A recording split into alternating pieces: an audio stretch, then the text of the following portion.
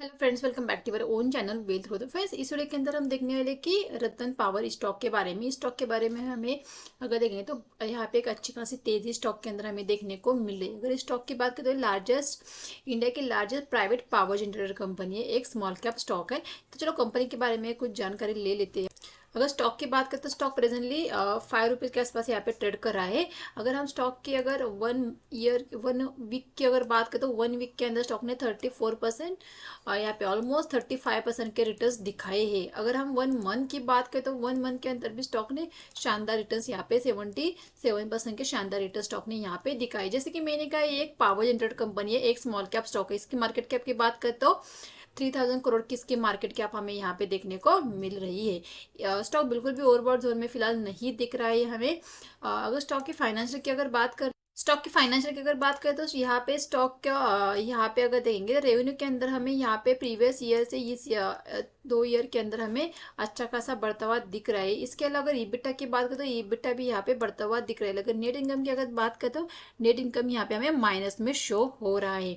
तो क्विकली अगर प्रमोटर के बारे में बात तो प्रमोटर की होल्डिंग अगर दे दे तो 44% यहाँ पे प्रमोटर की होल्डिंग देखने को मिले। इससे 39% होल्डिंग प्रमोटर ने प्लेज करके रखी है। इसके अलावा 7.25% यहाँ पे डीआईएस की होल्डिंग देखने को मिल रही है। इसके अलावा एफआईएस की 0.30% की एफआईएस की होल्डिंग देखने को मिल रही है। अगर हम रिटर्न की बात करें तो 48% यहाँ पे रिटर्न की होल्डिंग हमें स्टॉक के अंदर देखने को मिल रही है। तो देखिए, स्टॉक की बात करें, एक पेनी स्टॉक है। यहाँ पे कोई भी कंपनी के अंदर कोई भी यहाँ पे पॉजिटिव नहीं दिख रहा है। प्रमोटर ने अपनी 39% होल्डिंग यहाँ पे प्लेज करके रखी है। तो क्विकली चार्ट पे चलते कि चार्ट पे हमें स्टॉक किस तरह से दिख। देखिए, यहाँ पे हमने रतन पावर का चार्ट लगा के रखा है। यहाँ पे हमने 1 डे के टाइम फ्रेम लगा के रखे। जैसे कि यहाँ पे देखिए, यहाँ पे 2 दिन के अंदर बहुत बड़ा स्पाइक यहाँ पे देखने को मिल रहा है। यहाँ पे एक इनसाइडर कैंडल का भी फॉर्मेशन हुआ था और फिर एक बड़ी कैंडल। तो देखिए, फिलहाल इस स्टॉक को लेना चाहिए क्या, क्योंकि बहुत सारे लोग जैसे ही तेज़ी हो जाती है तो फिर उस स्टॉक में एंटर कर लेते हैं और फंस जाते हैं। तो देखिए, फिलहाल मैं बिल्कुल भी इस स्टॉक को कंसिडर नहीं करूँगी, क्योंकि स्टॉक के अंदर एक स्पाइक ऑलरेडी हो चुका है। तो जिन्होंने नीचे से बाय किया है वो डेफिनेटली अपनी प्रॉफिट को यहाँ पे बुक करने की कोशिश करेंगे। और देख सकते हैं यहाँ पे आज रेड कैंडल भी बनती हुई दिख रही है। तो यहाँ पे प्रॉफिट बुकिंग यहाँ पे देखने को मिल रही है। तो यहाँ पे क्विकली हम बाय नहीं करेंगे, हम वेट करेंगे यहाँ पे स्टॉक को एक यहाँ पे रिट्रेस होने का। स्टॉक अगर हमें 4 रुपीज़ या 4.50 के आसपास आ जाते तो डेफिनेटली हम वहाँ पे, हमारा एसएल बहुत छोटा होगा तो हम इस स्विंग के एसएल के साथ इस स्विंग के ऊपर हम इसे बाय कर सकते हैं। तो इस तरह से अगर मार्केट स्टॉक यहाँ पे रुक जाता है फिर से ऊपर नहीं जाता तो यहाँ पे हमें स्विंग के नीचे एक एसएल मिल जाएगा। तो फिलहाल अगर बाय करेंगे तो यहाँ पे देखिए, यहाँ पे हम बाय करेंगे तो रिस्क हमारी यहाँ पे मतलब बड़ी रिस्क हो सकती है। तो फिलहाल स्टॉक बिल्कुल भी रिस्क रिवॉर्ड यहाँ पे हमारा अच्छे से मैनेज नहीं हो रहा है। जब तक हमारा रिस्क रिवॉर्ड अच्छे से मैनेज नहीं होता, हमारा रिस्क के हिसाब से हमें रिवॉर्ड अच्छा नहीं मिल जाता, तब तक हम किसी भी स्टॉक के अंदर एंटर नहीं करना चाहिए।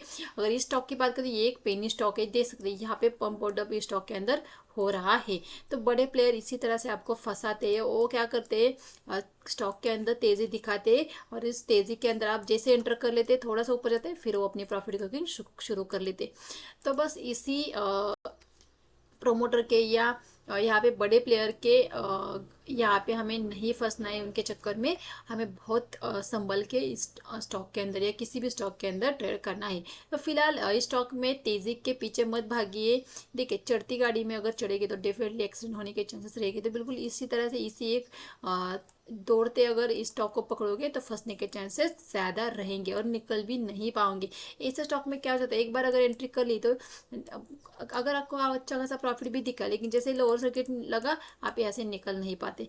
तो हाँ, अगर आपने बॉटम के आसपास लिया है तो डेफिनेटली आप कुछ क्वांटिटी यहाँ पे बुक कर सकते हैं। यहाँ पे देखिए, यहाँ पे एक रजिस्टेंस भी है, तो इसीलिए नीचे से लेके रखा है तो प्रॉफिट बुक करना बनता है। आप कुछ क्वांटिटी को ऐसे यहाँ पे बाय कर यहाँ पे सेल कर सकते हैं, अपने प्रॉफिट को बुक कर सकते हैं और कुछ क्वांटिटी को छोड़ सकते हैं। तो इस तरह से भी आप कर सकते हैं, लेकिन फ्रेश बाइंग बिल्कुल भी हम कंसिडर नहीं करेंगे स्टॉक के अंदर। तो वह सारे पॉइंट्स आपको ध्यान में आ गए होंगे, किस तरह से स्टॉक को एनालाइज करना चाहिए, किस तरह से सोचना चाहिए, बड़े प्लेयर किस तरह से हमें फंसाते हैं। तो इन सारी चीज़ों को हमें देखना है, उसी के बाद ही स्टॉक के अंदर एंटर करना है। तो गाइस, वीडियो अच्छा लगे तो लाइक कीजिए, चैनल पर नए चैनल को ज़रूर सब्सक्राइब कीजिए। Thank you.